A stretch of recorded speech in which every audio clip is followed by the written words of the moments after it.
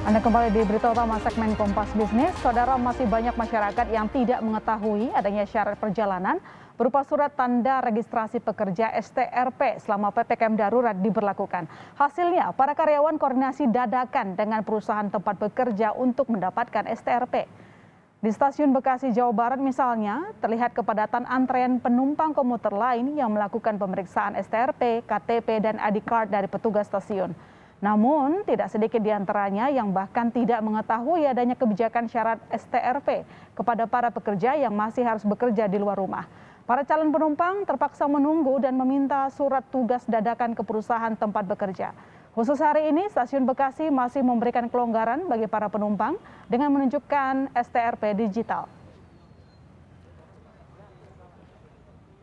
Bisa. Nggak bisa. Terus gimana, Mas? Tadi juga ada yang nunjukin ID card juga nggak bisa. Terus gimana nih, Mas? Menunggu ke surat dari sekolahan atau Iya, pulang aja? pulang baru nunggu. Kalau di sini juga kan nggak mungkin. Sementara di stasiun Depok Lama, Pancoran Mas Depok, calon penumpang yang tidak bisa menunjukkan STRP tidak diizinkan menggunakan komuter lain. Banyak calon penumpang mengaku tidak mengetahui adanya syarat perjalanan STRP. Penerapan syarat perjalanan STRP hari pertama membuat arus pergerakan warga Depok ke kota-kota tetangga menggunakan kereta mengalami penurunan sampai 40%.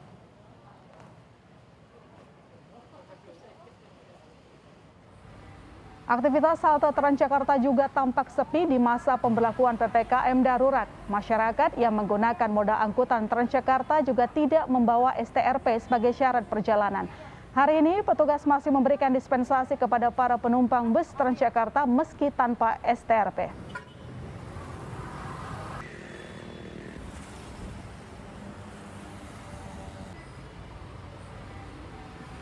Ya, masih banyak warga yang belum tahu ada syarat perjalanan STRP. Tidak hanya itu, ternyata ada lebih dari 12 ribuan permohonan STRP ditolak. Kenapa? Kita tanya kepada Kepala Dinas Perhubungan Disub Provinsi DKI Jakarta, Syafrin Liputo. Selamat malam, Pak Syafrin. Oke, Pak Syafrin, ini kalau kita lihat tadi di lapangan pemberlakuan hari pertama syarat STRP sebagai syarat perjalanan, masih banyak masyarakat yang tidak tahu gitu. Nah, ini artinya apakah kita yang kurang sosialisasi atau bagaimana? Perlu kami sampaikan bahwa pelaksanaan kebijakan STRP ini sesuai dengan regulasi yang dikeluarkan oleh Pak Gubernur melalui Instruksi Gubernur nomor 44 tahun 2021, ini tanggal 8 Juli lalu. Dan kemudian kami terus melakukan sosialisasi termasuk penyiapan sistem, sehingga secara mayoritas jika kita melihat dari pengajuan STRP tadi, ini saat ini total ada 47.000 yang sudah mengajukan, 33.300 sudah disetujui, ini per tadi pagi datanya, kemudian selebihnya ditolak.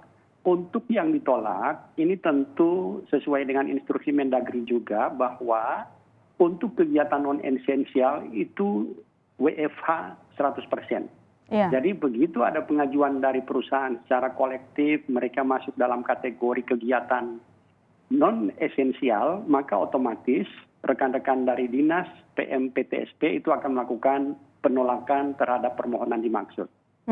Pak, tadi mungkin diupdate total yang ditolak itu terbaru 14 ribuan ya. Sebenarnya kenapa mereka ditolak, lalu kemudian sektor mana yang paling banyak? Untuk sektornya, ini nanti saya coba tentu dari sektor non-esensial. Karena memang banyak kegiatan-kegiatan yang tidak termasuk dari kategori esensial dan kritikal itu juga mengajukan. Tetapi dari kebanyakan itu adalah dari non-esensial yang mengajukan. Oh, dari non-esensial, jadi tidak memenuhi syarat kalau mau masuk kerja gitu ya, Pak?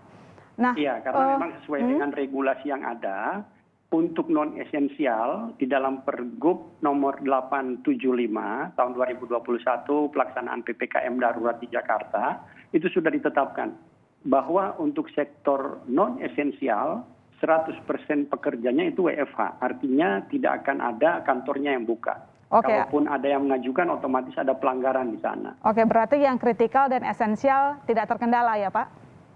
Ya, sampai saat ini tidak terkendala untuk tetap mereka beraktivitas dengan pengaturan protokol kesehatan yang ketat. Oke, baik. Pak, kembali ke pelaksanaan hari pertama. Nah, ini tadi di beberapa stasiun misalnya atau di halte itu masih memberikan dispensasi, misalnya kayak STRP digital hari pertama. Apakah nanti ke depan STRP digital ini masih dipakai atau langsung tegas? Ya, baik, tentu pola penerapan STRP ini ada dua pola.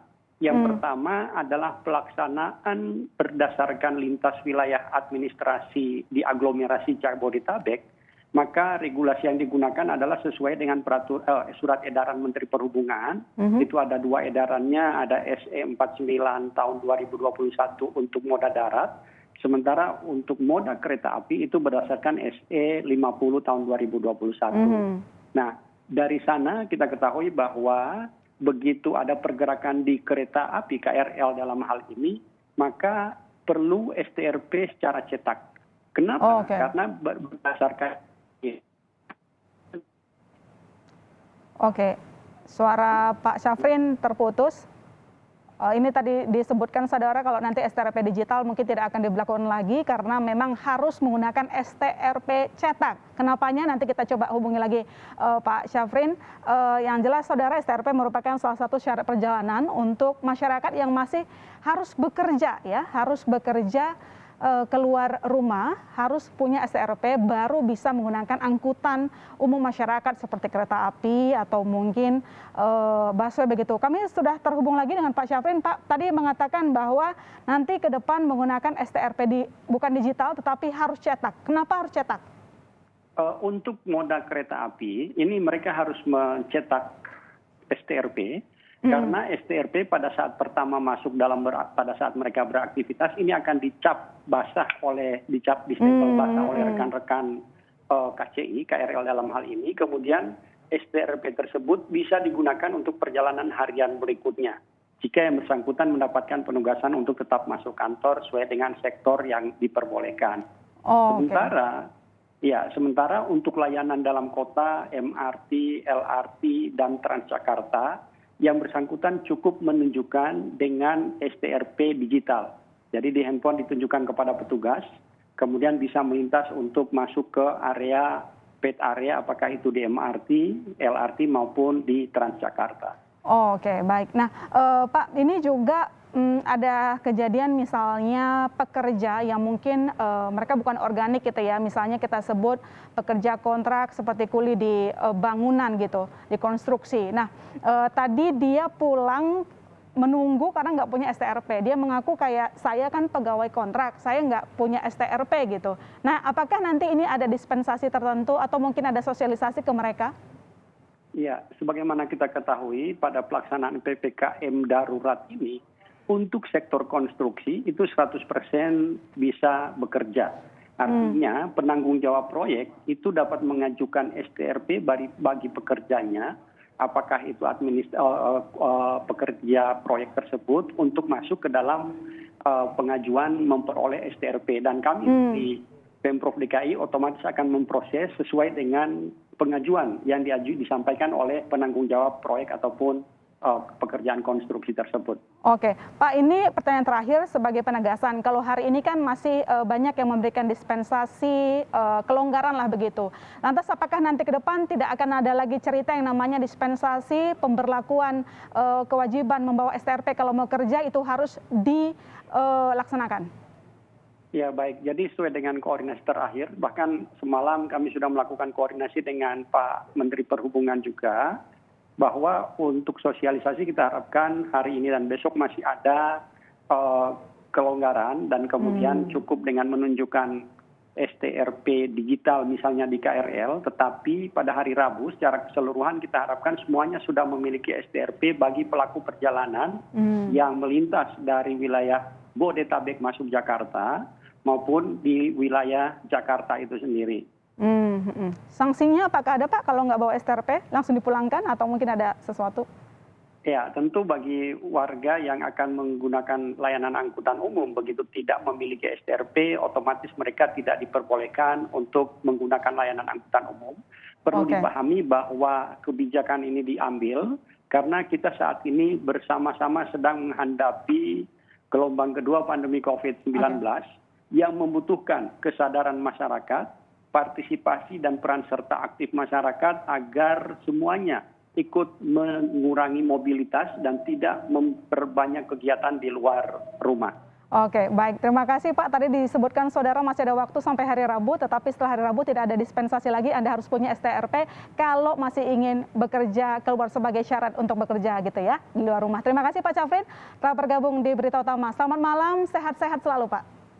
Selamat malam, terima kasih.